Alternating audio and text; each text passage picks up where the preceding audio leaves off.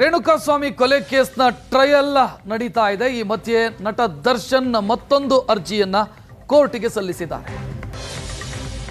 ರೇಣುಕಾಸ್ವಾಮಿ ಕೊಲೆ ಕೇಸ್ನ ಆರೋಪಿಗಳು ವಿಚಾರಣೆಯನ್ನು ಎದುರಿಸ್ತಾ ಇದ್ದಾರೆ.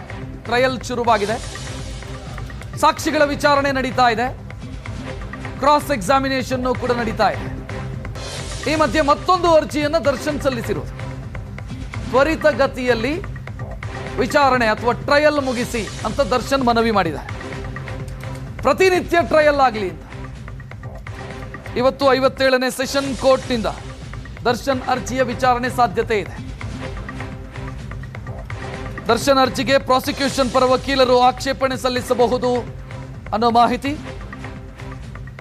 ಇನ್ನು ಇವತ್ತು ದರ್ಶನ್ ಮತ್ತು ಪವಿತ್ರ ಗೌಡ, ಆರೋಪಿ ನಂಬರ್ 2 ಮತ್ತು ಆರೋಪಿ ನಂಬರ್ 1 ಇಬ್ಬರು ಕೂಡ ವಿಡಿಯೋ ಕಾಲ್ ಮೂಲಕ ವಿಚಾರಣೆಗೆ ಹಾಜರಾಗೋದಕ್ಕಿದ್ದಾರೆ.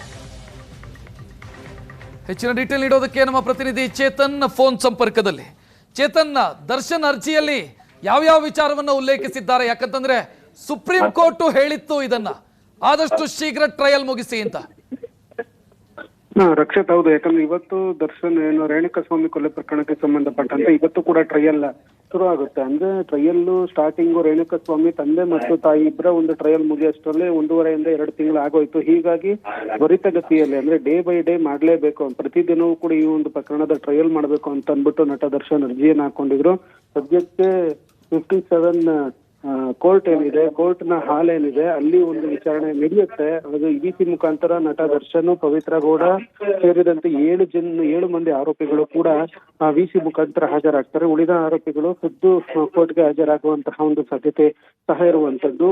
ಇವತ್ತು ವಿಚಾರಣೆಯಲ್ಲಿ ದರ್ಶನ್ ಹಾಕಿರುವಂತಹ ಅರ್ಜಿ ಮತ್ತೆ ರೇಣುಕಾಸ್ವಾಮಿ ಕೊಲೆ ಪ್ರಕರಣದ ಟ್ರಯಲ್ ಎರಡೂ ಕೂಡ ಆಗುತ್ತೆ. ಅಂದ್ರೆ ತ್ವರಿತಗತಿಯಲ್ಲಿ ಡೇ ಬೈ ಡೇ ಆಗುತ್ತಾ ಅಥವಾ ಹೇಗೆ ಈ ಒಂದು ಟ್ರಯಲ್ ಆಗುತ್ತೆ ಅನ್ನೋದನ್ನ ಕಾದ್ ನೋಡ್ಬೇಕಾಗತ್ತೆ. ಯಾಕಂದ್ರೆ ಈಗ ಆಲ್ರೆಡಿ ಸುಪ್ರೀಂ ಕೋರ್ಟ್ ಕೂಡ ಟ್ರಯಲ್ ನ ಬೇಗ ಮುಗಿಸಿ ಅಂತ ಅಂದ್ಬಿಟ್ಟು ಹೇಳಿತ್ತು. ಅದೇ ಟ್ರಯಲ್ ನಿಧಾನಗತಿ ಆಗಿತ್ತು. ಈಗ ದರ್ಶನ್ ಪರ ವಕೀಲ ಸುನೀಲ್ ಅವರು ಕೂಡ ಇನ್ನೊಂದು ಅರ್ಜಿ ಹಾಕಿರೋದ್ರಿಂದ ಅದರ ಒಂದು ತೀರ್ಪು ಕೂಡ ಇವತ್ತೇ ಇರುವಂತದ್ದು. ರಕ್ಷತ್, ಥ್ಯಾಂಕ್ ಯು ಚೇತನ್ ಮಾಹಿತಿಗೆ.